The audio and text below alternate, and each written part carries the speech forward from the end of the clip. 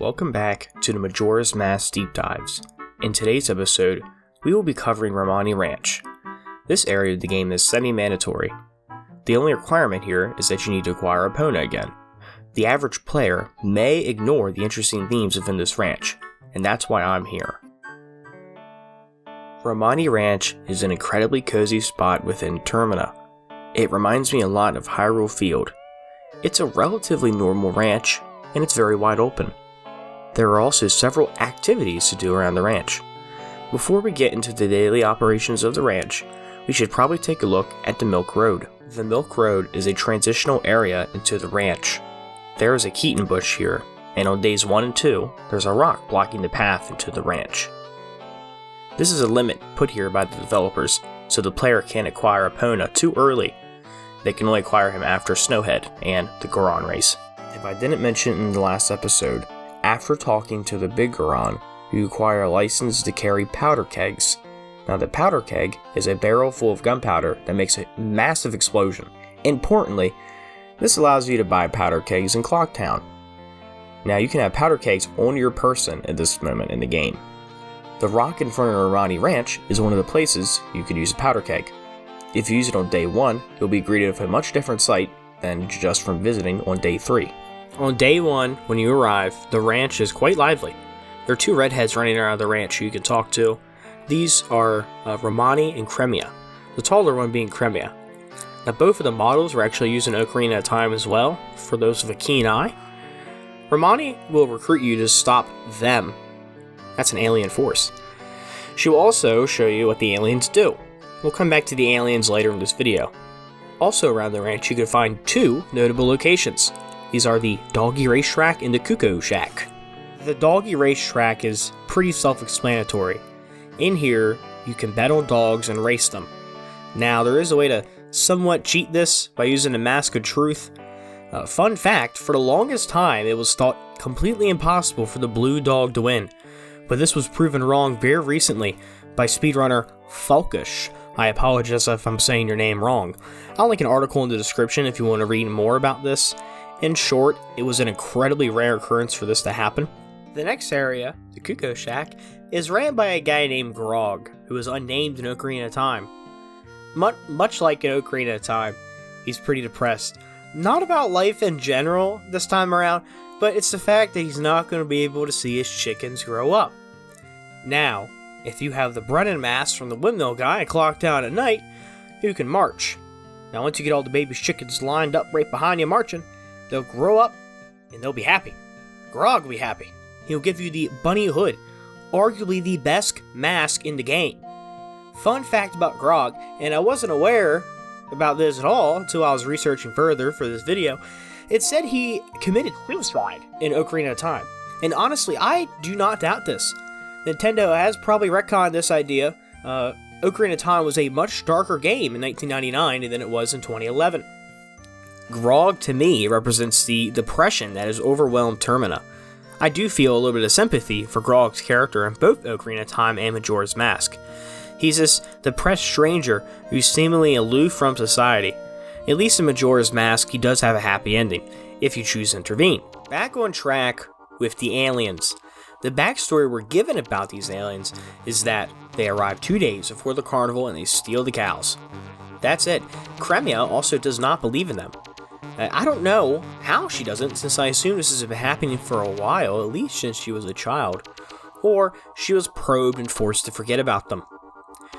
We can see from their behavior that they teleport onto the ranch, levitate around the barn where the cows are located, and what I also think is interesting, this barn barely has any cows. It barely has any room for cows at all. Probably only about 6, I believe. I feel like the aliens would probably have better luck going to another ranch or a slaughterhouse. To defeat them, you shoot them with the bow. Now they will teleport right back in after you shoot them with the bow. Also, there's a seemingly infinite number of aliens trying to acquire these cows. This milk must be pretty good if these alien invaders are sending, theoretically, millions of soldiers for just a few cows. Their only known motive is also stealing the cows. Once you are finally finished with the aliens, Romani thanks you. You're also allowed to do another side quest. This time, you will be accompanying Cremia into Clocktown. But there's an issue with this quest actually this time, because the Gorman brothers, the rival farmers to the Ranchesters, have blocked off your path. Since they've done this, you have to take a much longer, dangerous route. The Gorman brothers are also following you in Cremia, and then they reveal themselves trying to steal the milk. All you have to do here is spam arrows to get them away. It's not much of a challenge. Once you beat them, you get the Romani mask and can now enter the milk bar in Clocktown. As for the theories pertaining to what are the aliens, there are a few, and most range from those created by the Gorman brothers, or their Gyro spirits, or it's a combination of the two ideas. Now, the in-world explanation, as stated in the game, is that they are pretty much aliens. Now, I will be called out if I don't address the elephant, or in this case, the ace of spades in the room, and this being the Flatwoods Monster. As you can see on screen, these two entities have a very similar design. Clearly, them took some inspiration from the Flatwoods Monster. Funny enough, Japan was seemingly having a sort of alien surge at the time frame this game came out, and many parts of culture were influenced. Japan had a surge of UFO sightings from the years when this game was released. I do not doubt that the image of the Flatwoods Monster was circulating around in some Japanese magazines, such as the one seen here, where you can clearly see the Flatwoods Monster. As for the tale of the Flatwoods Monster, it goes as follows. In the year 1952, in Braxton County, West Virginia, two brothers and a friend were out looking when they saw a streak of light over the property of a local farmer. These two brothers went to the home of Kathleen May. After they met with her, they went out to the site of the appearance. They were also joined by a West Virginia National Guardsman. As they wandered the woods, they got to the top of a hill and saw a bright red light. The guardsman shined a flashlight in the area, and he said he saw a man-like figure with a round red face circled by a pointed hood-like shape. Several other members of the crew also described this hood-like shape, some calling it an ace of spades shape. After this, they ran away and reported it to the sheriff, who came back, looked around, and didn't see much. A journalist went out the next day to investigate and claimed he saw skid marks on the ground, as well as a very gummy deposit. As for the story, it's very interesting, and it's one of my favorite cryptozoological stories out there. I feel like it's a real classic alien monster story. As for what happened, there are a few ideas. One such being a barn owl. Barn owls can have red faces, like in this image on screen. Also, with the shining object in the sky, there were reports of a meteor in that area on the same date. This was also seen from Pennsylvania and Maryland. Chances are it was a meteor, and the kids thought it was an alien, since in the 1950s, aliens were kind of the zeitgeist of the culture. They went into the woods, they encountered a barn owl, and when they saw the barn owl, they panicked, said it was an alien, and they went home to tell the tale. For the glowing red object they said they saw in the woods, I'm not sure what this could have been. They also could have been making it up. As for Romani Ranch, these aliens do cause a lot of trouble for the sisters. Romani will be abducted if you fail to stop the aliens, and she'll be acting very aloof and strange, almost like she has no idea where she is, almost like she was probed, because these are aliens, clearly she was probed.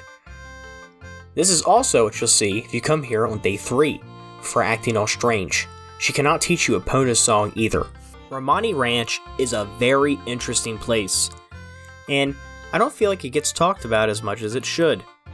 This is also a great spot to speed the moon on night 3. A very touching part of this is at the end, where Cremia is going to let Romani sleep in her bed and drink the Chateau Romani, which is a heavily implied alcoholic drink. Pretty sad when you believe they're gonna all die. They're all gonna be dead. They're gonna be dead in less than 3 hours. The moon's gonna crash right into them, gonna smack them right into the ground, and they'll all be dead.